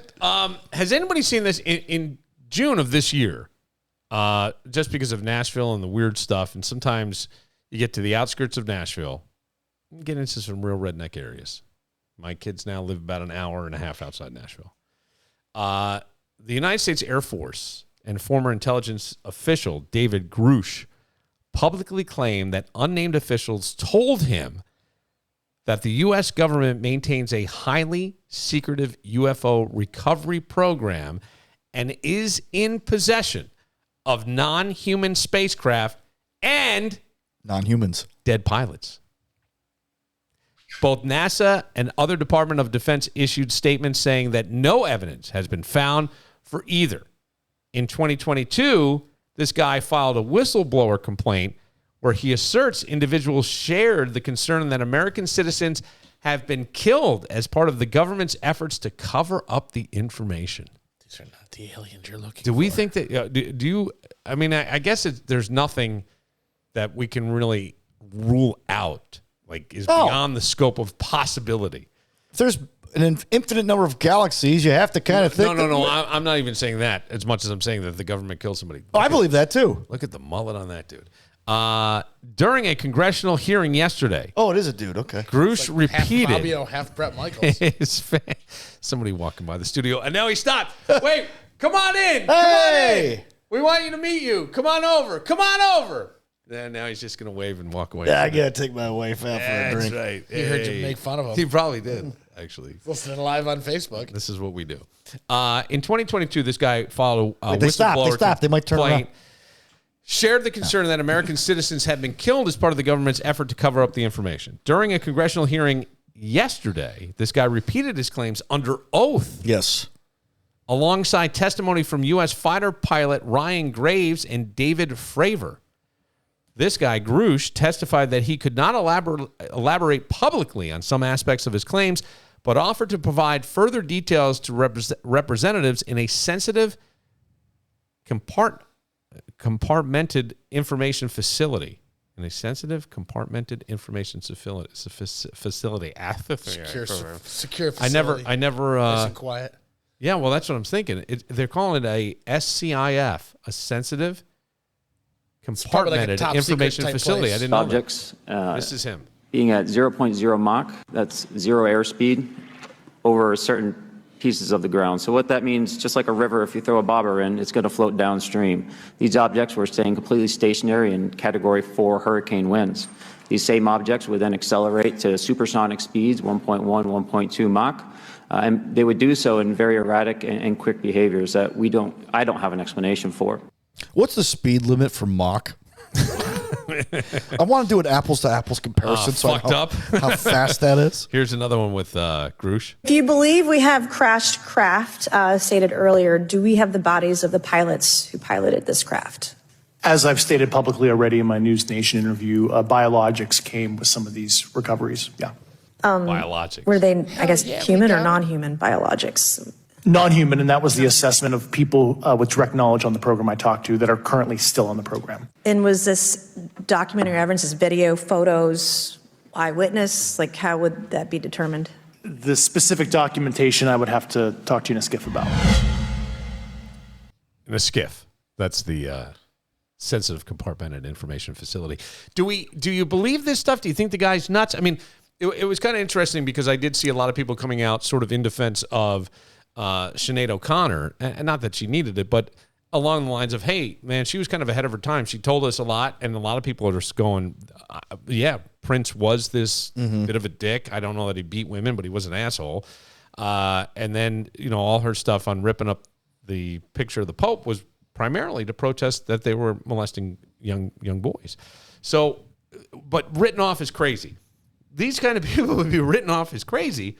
And yet this guy's standing in front of Congress saying, yeah, we have non-human bodies. Do we believe this? Do we want to believe this? What would happen if it got out to the general public? Anything? Do you think anybody would? I mean, I don't think it's the general public they're worried about. I think it's other countries. In other words, like people want to say the moon landing was faked. I don't believe that. But there was a race to the moon with Russia. Or yes, Soviets there was. back There then. was, yes. And I'm wondering, like, if this would expedite A race to get a race for a lot of things. Or let's say you're Russia or China and you think you can obliviate the United States. So, in other words, blow us into oblivion. Hey, let's team up with some aliens, right? Yeah. Let's make some friends with them first. Yeah. So that way they'll save us. Oh, that's And, interesting. I mean, there's a lot of things. Like, you used to use the phrase, the world was designed by geniuses to be run by idiots. I still believe that. Yeah, and there's a lot of geniuses By up the there, way, I'm even one of the though idiots who there's a lot of geniuses in higher up places, even in the government, even though we don't necessarily like them or agree with them, who might think of all these cockamamie scenarios that make sense. So I feel like if we have them, they all have them. Okay. Everybody's got. But here's the weird part. But what do you do with them, though? But you think Hungary's going to do the same stuff with their aliens that we would do with It's on ours? the exotic meat website. Exotic meat. This is not alligator. This is alien. It's Mars moose. $49.99 a pound. No, but okay. It tastes like a zoo. So all that stuff is valid, but why would they? Unless it was take me to your leader, they want to talk to the leaders. So how is it that like this guy knows, but we don't believe the guy in the swamp in backwoods of Okefenokee Swamp Park? You know why? Anybody who's ever been in the Examiner? I saw an alien came in, fucked me right Well, there. I do know for a fact that NASA does experiments with certain space aircraft in those podunk areas so they could have people say, yeah, I saw it. I saw it. That's what they want. That's the reaction that they're looking for. So you're saying that so NASA's experimenting with their own technologies, right? But they do it in these podunk areas like West Texas because they want they get that reaction. All right. So now that being said, I do believe that there are aliens, and I do believe they have found them. And I think the reason why they believe this dude is because simply he's wearing a suit and tie and he sounds pretty intelligent. Like, he doesn't sound like he's making stuff up. He's very matter of fact about all this. So is it NASA or the aliens that are into butt sacks? Because that's all they ever do. I got probed. I got probed by. We hear probe, but we did hear. We have heard of probe over time. I don't know what. Is it the aliens that are into it that? would be selfish to think we're the only beings. Yes. Rational beings, let's put it that way, that would be of the universe, not the planet, but the universe. And so I don't know. But now somebody's saying that we got it. And I always just think, why keep it a secret? Why not open it up? Maybe we learned something. I think it's just intellectual. Fear. Knowledge is power, too. Well, I guess. I mean, the aliens are bad. They're going to invade Earth and take us over. They may just be like, yeah, the Earth's going to end with robots versus aliens. We're not going to be here. Shit, we just crashed. My bad. It happened. What do you want us to do? Die. Remember that line from Independence Day? All right, we'll take a moment. Jimmy Z's Plates and Shakes in Brockport. Love going out there and getting something like Bird is the Word right on Main Street in Brockport. The hardest thing for me is deciding what kind of shake I want. I know, there's so many, right? But I'm never disappointed. You'll never be disappointed at all. Matter of fact, you could make everybody happy if you had Jimmy Z's Plates and Shakes truck come to your backyard banger, graduation party, post-wedding reception, corporate picnic. How do you get that information? You go to platesandshakes.com. Or how about pick up or drop off catering? Poppy handles all that, and you can find all the information for that at platesandshakes.com. Well, Connery's Irish Pub, the happiest place in Fairport, or maybe on Earth. Red, White, and Brew. It is a great place for you to check out. If you haven't, it's at 147 State Street. What is Red, White, and Brew? It's a tap and tasting room that focuses on New York State. All the amazing flavors of all the wineries and breweries in the great state of New York, the Empire State. But, right around here, we have a lot of great wineries. Maybe you don't know which ones to go. I would say do a scouting mission at Red, White, and Brew. Come on, man. Get a charcuterie board. Get a nice flight. You check out all the different wines that are there. Perfect for date night. Perfect for date night. They have parking available after 5 p.m. in the Fitzhugh Street parking lot next to City Hall. And you can learn more at redwhiteandbrewrock.com. It's like the bottom of the ninth, and I'm never gonna win this. Life hasn't turned out quite the way I want it to be. Tell me what you want. ZZ Top, baby, right there. I love this video. I think it's all shot in Chicago. So what you need? ZZ Top. Billy Gibbons. Yeah, it's Billy Gibbons. He does TV shows, too.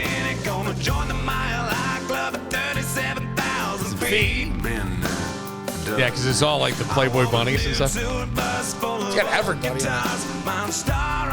But a lot of it's shot outside in Chicago. I recognize the...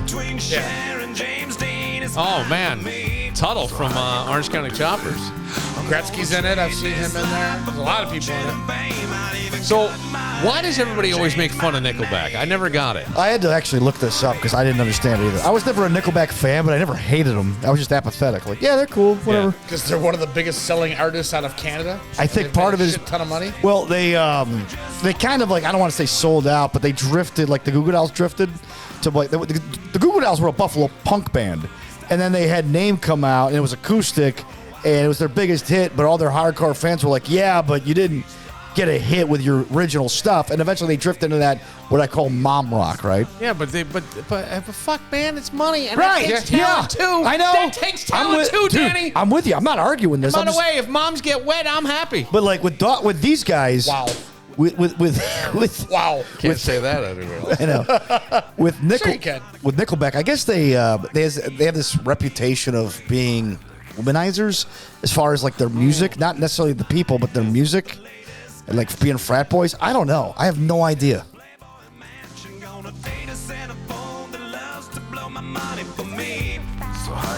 Now you got to sit down since you're in here now. You came in, you got to sit down for a second. You have to. Weren't you itching to get on? Didn't you have somebody come over and say, "Can you get her to come on with like?" I thought somebody came in here one night and said, she wants to be on your podcast. When can you make it happen? That's what I was told. Am I making that up? Did I dream it? That's sort good. of. What do you mean, sort of? Okay, so then I'm not full of shit. So Jameson came in. And Yes, asked, Jameson was here, and he was doing Man on the Street stuff. Man on yes, the streets. yes. And he walked into the salon and said, "Who wants to be interviewed tonight?" He just walked in and said that? Yeah, he was super cute. I wasn't there, but the gals were like, "Well, Wendy will want to be just because I'm the owner, right?" Right. And then they immediately texted me and said, "I think you're going to get a chance to be on the podcast." And I was like, "I've already been on it once." Okay. But then somebody came in and said, "Can we schedule a time? Can she come in tonight?" And I said, "I have people already coming." I said, "We can certainly. I would do anything. Absolutely." They're just trying to, I don't know, have to impress fun. the boss is what they're trying to do. They're trying to kiss ass is what that is. Yeah, because what is the name of the salon? Forgive me. I'm serious. No, that way it can be a plug. No, I was going to Did you forget the name of the I was going to salon? ask you about sponsorship until you had the kink girl from Rochester in. And then I was like, oh, no. We don't What do you mean, want oh, no? that. What do you mean? Hang on a second. Kinks need haircuts. Kinks need, they're real people. It's a different department they're real altogether. people. Oh, my goodness. Like you got a Walmart, right? You got your toy section, and then you got your toy section. Actually, I like that you said that. You should put the headphones on so you can kind of hear and then get a little closer to the mic. That's very actually that what you okay. You can hear us. It's I appreciate that you said that because I do think that there are people that say that, but I would say the people that would hear that stuff and listen and be sort of engrossed by it are still the same people who aren't going to talk about it, but will go get their haircut. Absolutely. Right? And I think we're trying to reach adults, and we do a broad spectrum of things, and sometimes I say some things that are a little salty on here myself. So I'm just, but it's a podcast, and we have fun. Well, it's nothing terrible. Yeah. I'm an avid listener, though. Well, so if you're an avid listener. Because I'm on the road. Yes. A lot. So yes, I for listen Paul to Mitchell, correct? You're the best. I remember. Yeah. I use Paul Mitchell every morning. I know you do. Yeah, I do. Because your hairdresser, yes, Randy works for Larry. Yes, works for Larry James at the Larry James Salon. But give a plug for next door because I'm forgetting the name. We're Revelations Design Studio. Okay. We are your neighbors. Yep. We've been there since 1982. Wow. Do you guys have air conditioning? We do. Why don't you? It's coming. We're working on it. We're having a problem. Come on, Kevin. We had a problem. Since 1982, how long have you owned it? Since 2000. Okay. I've been there since 23 years. You've been there since 85? What did you start when you were like 12? No, I was 19. Right out of high school. Right out of high school. Yep. Okay, and went right in. Vocational training. Uh-huh. Mm-hmm. And so you've risen up, you own, and then you teach. Yeah. It is kind of like I'm a brand manager for Paul Mitchell. So I manage the brand in 3 states with sales reps and salons. Okay. And so you go around and is there a teaching element to that? Like Yes. Okay, there is. Yeah. I come from a teaching background. So I used to teach at Sheer Ego for years. Right. As a cosmetology teacher. And then from there into the Paul Mitchell world, I just worked my way into, educating for them. So now I have kind of more of a sales position that's kind of grows from education. We like to call it salucation. Salucation. Education drives sales. Yeah. I would think that cutting hair, to me, is a difficult job in that everybody's different. Everybody's hair is different, but everybody would like something that sort of is accepted and looks similar, and trying to make that work on everybody. There's no universal in my mind. I don't know if that's true, but that's the way I would look at that. Absolutely true. Yeah. And it's, everybody has different hair too. Some Right. people have super, super curly hair, bless Right. you. And some people have super, super straight hair. And Yeah. some people have 5 strands. And some people have Chewbacca hair. Yeah. So you've got to go through and try to make that work. Kevin's got Chewbacca hair. The shortest hair in here. I know. Yeah, if you wanted to let it go, you could. Yeah. It's very thick. What else? So besides that, is there anything else that you dabble in? Are there more salons? There is. I knew it. I could sense this. Well, You're part owner of what? no, I'm not. No. I'm not a part owner of anything else. But I am very involved here in Fairport. And I love listening to you because you are constantly talking about Fairport. Well, it's right outside my window here. The restaurants and the. Well, I will tell you that. I love that you call it Little Nashville. I think that's fantastic. What's your take on the bike lane? Yeah. You're not a fan. I'm not a fan. Okay. Of Thank you. Wow. I'm not a fan. I'm not a fan because I know that those businesses that are over there, they do rely on those extra spaces, and it's already a panic to park in this town. Yeah. Like we need a parking garage. We do. Like and somewhere. I have Coming said soon from to Billified. people at the board who came down here one night, I said, please let me know because I want to invest. And I know a bunch of guys in town who would be more than happy to try to invest in a parking garage. They keep telling us that they would park in the old railroad bed where you can go. Yeah. I don't know what it's called, but it's that lot is referred to as the northeast lot, and then it goes out beyond there, like where Campagna used to be. Yes, in the back. So if you're driving through the village and you're coming into Fairport from, let's say, Parrington, it would be on your right-hand side. Correct. Right.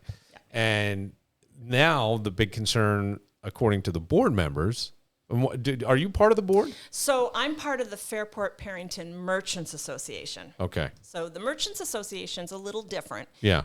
You've got your chamber, you've got your Fairport Parrington chamber, and then obviously you have your village board, but you also have your town. That's more political. Okay. Your boards are more political. But the Merchants Association is all of the merchants in the area. Like Mack of All Trades belongs, and a lot of the people around here do. Damien does. Yep.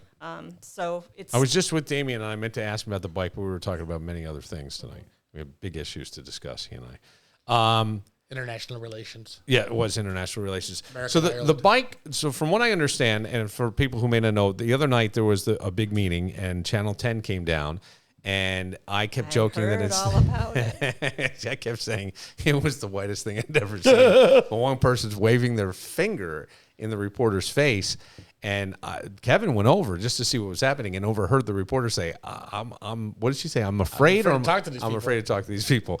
And now no one was getting physically aggressive in any way. Guys, this is Fairport. Well, I know, but they weren't getting You don't physically act like that here. No, but they were getting There are aggressive. rules. It's a They were West getting Side aggressive. They were angry. And so the bike path, as I understand it, is if you were coming down the canal and you come into the village of Fairport, there are stairs. So if you had your bike, you have to get off and walk down the stairs. There's no way around the stairs, is there?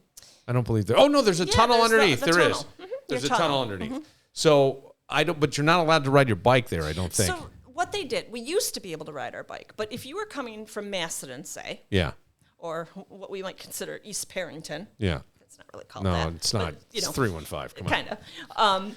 Let's be honest. Did you just make a 315 joke? I did. Well, I grew up in Palmyra, I can so tell. like I am. Palmyra. I'm a 315er like by birth, but Yes. then I came to Fairport. Yes. In Converted. 85, and Yeah, you got that dust off you. Don't worry about it. It's all Probation. You've molted that skin. You a Mormon? No. Okay, good. I'm not. You know, that's funny. And you talk about Park City all the time. Yeah. My son lives in Park City. He does? Yes. Oh. He works for Trek Bicycle. Okay, yeah. Started with RV&E right here on Main Yeah. Street. Cut his teeth there, and then now he works for Corporate Trek, and he manages Where a bike in, shop. Where in Park City? Like, is he in It's Old Park? actually Does he in live in? Heber City. Is Oh, actually Heber, where his yep. bike shop is. But he lives in PC. Yeah. And you talk about your uncle and going Yeah. there, and I'm just like, I love I know that world. It's a beautiful part of the country. But Ian moving to Utah Yeah. and, you know, says I'm from Rochester, and they like go nuts because they're like, have you ever been to Palmyra? He goes, yeah, my grandma lives right on Route 21 in Palmyra. Have you ever been to the Mormon church? Have you ever been to the, you know, Mormon Hill? And he's like, yep, I've gone to Hill Cumorah before. They're like all excited. Wow. That, you know, you're a rock star because you're from Rochester. That's funny. So he works for Trek, but then going back to the bike path thing, I thought they designed it now so you would shoot off the bike path and come across the street and then pick up the bike path or the canal path a little further down. Correct. Off of Lift Bridge Lane. Mm-hmm. Lift Bridge Lane doesn't have traffic that's going very fast. Mm-mm. I've never seen anybody be able to not be able to avoid a car or anything. I like the idea of a bike path in general. Danny didn't like it, but because on bigger roads, only because at least then I know sometimes with bikers swerving out, you know what I mean? All of a sudden, that kind of thing. But that road is not, there's not a lot happening there. There's not. really not. And granted, I know that sometimes as people are parking in front of TK's to grab Yes. their pizza, they might not look before they open their door, and there could be a biker coming, right? There Mhm. could be an accident. But I just think the loss of parking spaces is a bigger issue. Well, it would hurt. It would hurt the businesses. And as much as I saw all kinds of comments, if you're that lazy that you can't walk a couple hundred feet to get your pizza, we have a problem. But on the other hand, if that's my pizza place, I want to make it as convenient as possible for people, right? That's what I want. Mm-hmm. So that was the big thing. But I have to tell you, I've never seen, as I'm watching this, I go, boy, people in other parts of the greater Rochester area are watching this going, wish we had these problems. You know what I mean? True. There were people yelling. It was phenomenal. So what else does the Merchant Society do? What do they do? So the Merchants Association actually puts on canal days. So you actually had my daughter in here with Scott Winter. Oh, that was your daughter. Yes, my daughter Did not know Lydia I think she did say that. just did her first year. I don't. I think we were drinking that night. No, I wasn't. I just. You were. I remember your daughter. I remember Scott. Mhm. Yeah, and so she had done it, but she had been an intern or something Yes. with them for So- many years, and it was yes. her and Scott's son, correct? Ian. Ian Yeah. Winter. So Lydia and Ian Winter are the now chair people for Canal Days, which is exciting because I was on that committee for over 10 years. Scott has been on that committee for over 14 years, and we're really excited to see the next generation take over because otherwise there wouldn't be a Canal Days if you didn't have the next generation getting involved. So that's our biggest production. But we also do Scarecrow Festival, which is in the end of September. It partners with the Oktoberfest that's being done. Yeah. And Oktoberfest is actually produced by another organization, which is the Fairport Partnership. Totally different organization, which Scott used to be part of. Okay. Yeah. There's a lot of things A happening. lot of things going on in A lot Fairport. of things going on in A Fairport. lot of white people. What's it? Just people being people. It has grown a lot since 1985. Mm-hmm. Yeah. I mean, I think this now. I was told that did the Morels used to own Packett's Landing? The Welkers, The Welkers, which are from Macedon. Yeah. And then it's gone through, but I mean, just the changes here, the different businesses that have been here, and what's happening down at the cannery. It's huge. So back to the parking issue, Yes. which is a big one for the Village of Well, Fairport. yeah, because look at what they're doing with the old HP Noyen building, and that's going to be huge. What are they doing? They're putting the pickleball in, and they're putting in the new Yes. brewery. Right, in the brewery Yeah, that over used to there. be the box factory. Okay. So, wait, in the box? It yes, used to be, yeah. used to be. It used to be. It was the box factory after. So one of the things that I've heard is that people who are on this side of the railroad tracks, which sounds funny to say, are worried that if parking were on the other side and everybody was going to the cannery, their businesses would suffer because everything's right there in the cannery. And Tommy Burnett really proved that you can make something happen there, right? So Yeah. now you've got all these other businesses. Grown immensely. Who's the person that has, and I think it's more during maybe Fairport Music Fest, that they run a shuttle via golf cart and they'll bring you back and forth? That is, I know it's one of the landlords of Okay. the building that where the Campagna used to be before they moved over to the cannery. Yes. That building and that has empty spots. Whoever owns that, I can't think of their last name. All right. Well, so now they're talking about possibly buying golf carts and creating a shuttle service that would run people up and down, so you could park down in that general area, and it wouldn't hurt the businesses here. And I go, boy, that's a great idea. And what a cool. I mean, that almost adds to the vibe to me, especially in the warmer weather months when more people are around and into the fall. They should make it like Peachtree City. Because I know that golf carts for everybody. Oh, yeah, wow. golf cart lanes and roads and everything. Get rid of the bikes and get the golf cart. I'd be afraid of that. But what about even the VO things that we see in the cities that have the electric scooters and stuff? Bringing that to a Fairport. Actually, they did try bikes for a little while. They did. Yeah, there were a half a dozen that were positioned somewhere on Main Street, but I don't think that lasted very long. Nah, people don't want to pedal. Now they're down. You know what I mean? It's almost too much, especially if you're out for the evening. You're not thinking exercise. You don't even want to do any effort more than lifting something that's 12 ounces at maximum. But I think that I don't want the South End to get the bad rap, because I think we've got some growth over here. Have you gone to Rustic Taco yet? I have not gone to Rustic Taco. So good. I hear it's great. No, and I understand. You're right. Yeah. There is and growth Michelle everywhere. is doing an amazing job over here at Wine and Cheese. I'm really impressed with all the music that I hear there every night. That's what I'm saying is there's so many things up and down the strip. To have almost a shuttle service would be fantastic. Yeah, I mean, when we do Canal Days, we do it from Church Street. Yeah. So you've got FBC right there. Yep. Fairport Brewing Company. We go all the way to High Street, which is where you've got the cannery, and of course, Kenny at Village Inn. Yeah. So yeah, there's a lot happening. They had a band at Fairport Brewing, and they must have had 17 guitars sitting around ready for the band. Like, do you need that many guitars as a cover band, Dan? Yes. Sometimes. Really? Short answer, yes. No, not really, unless you're Foo Fighters. I think there was 17 guitars, 3 or 4 basses. Well, because the tunings, right? Like, so you could keep the songs going. If they're different tunings, you grab this guitar, that guitar, so you don't have to tune. Because you don't have guitar techs. We're not Skid Row, bro. That is true. Oh, M80s has guitar techs. They do. Oh, yeah. Look at this. Yeah. Chris Hampton stole his guitar tech. I will tell you that for me, I am thrilled to be in Fairport. And I mean that, honestly. I love driving into this village. It is the closest thing to a modern-day Mayberry in my mind. I love that in this village, and this is a little strange, there's a whistle that goes off. It's a big, almost sounds like a foghorn. And I thought it was because we have a lift bridge here, that when a big boat goes through in the warmer weather on the Erie Canal, the bridge actually goes up, traffic has to stop. You can continue walking because you go up the stairs and across the bridge at its highest point and back downstairs. It's ingenious the way they have done this. However, that's not what that's about. It's about an old school, if there's an emergency or a fire, that's how they used to call everybody. We're in 2023 where everybody's on, digital devices. There's nobody who is in the need to know that doesn't know. But they voted to keep that in. And there is some little charm about that to me that I go, yeah, man, I get it. I kind of like that. And people still will ask, what is that? And we're like, it's the fire It's a great whistle. conversation. And I didn't realize the number of people that actually come to Fairport. So when my son, who's 13, Jameson, who, by the way, was had all kinds of testing in school and was different things like was I don't want to say introverted, but I think that was one of the things I'm going, he came here and talked to complete strangers and taped them. And I have it, right? But he went out and was talking to people. There were people from Austin, Texas here because they had heard about the Erie Canal all their lives. Then the Loopers came in. But I mean, all these different people that come to this, to here, not to the city of Rochester, but to the village of Fairport because of all that's here. And I go, boy, this town, out of all the towns in the greater Rochester area, have done a fantastic job in growing, but doing it the right way. Zoning's a tough thing, right? It's tough because you want to keep a uniform look, and they've done a fantastic job. And I know that there's more restaurants moving into town and all kinds of things coming. Yeah. I heard some good things about what's coming into the bank. Yes, so did I. Yeah, super excited. Is that true? Because I keep hearing. I don't know if it's true, but I heard that it was the Cub Room, and then I heard too. you say it yesterday. And I was like, okay, well, if Bill said it, it's got to be the truth. Well, Bill. I heard you could just open up a new CD if you wanted.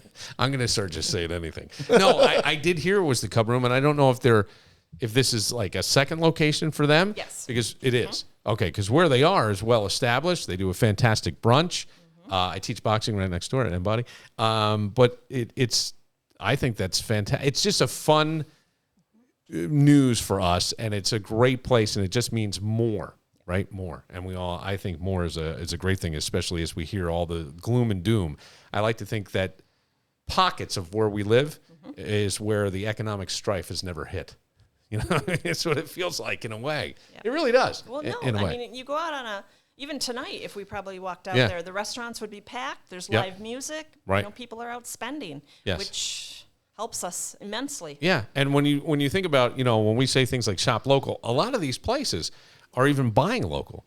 They're buying their supplies locally. I mean, Tommy's his whole operation is all about locally sourced products to make his whiskeys and things. And I think all of that goes a long way.